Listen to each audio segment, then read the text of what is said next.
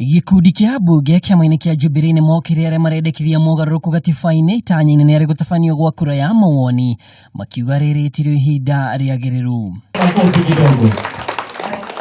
Mũmbunge mwamũre David Sonkok na mũrũnawe wa Bahati Kimani Ngũnjiri makiuga ciringi bilioni 16 iringikinyanĩria mogaruruku maya ibatie ihũthĩrwo kwandandũra kĩgĩna matũra-inĩ nikio CDF. Nafasi ambayo tunaweza unda katika nchi ya Kenya ni nafasi ya ajira, ya kazi, ya vijana wetu na wamama wetu wasomeshwe, wajue kompyuta, waweze kuandika, wasomeshwe wengine wakuwe seremala, wakuwe plumbers, ili tuweze kupeleka nchi yetu mbele. Hiyo tu ndio mabadiliko ambayo tunataka.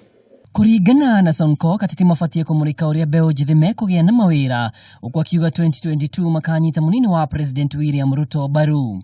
Nafasi ambayo inapatikana ni nafasi ya running mate. Nafasi ambayo inapatikana ni nafasi ya majority leader. Hata hii nafasi yangu ya nominee 001 mimi ndaweza donate kwa Kalonzo. Bora tu wajue nafasi ya presidential candidate, ya flag bearer ni waya ya stima. Hiyo ni transformer. Hakuna mtu anaruhusiwa kuguza.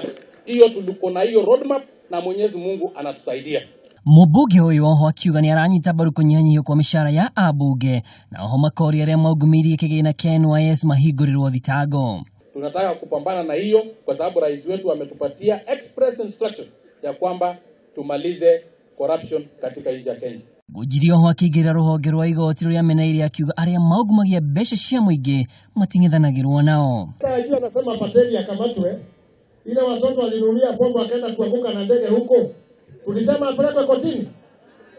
apelekwe kotini. Mpaka mbili tumepata mpaka leo. Hatujapata mbili. Ngĩribotera Kameme TV njĩtagwo Mwaura wa Ndung'u.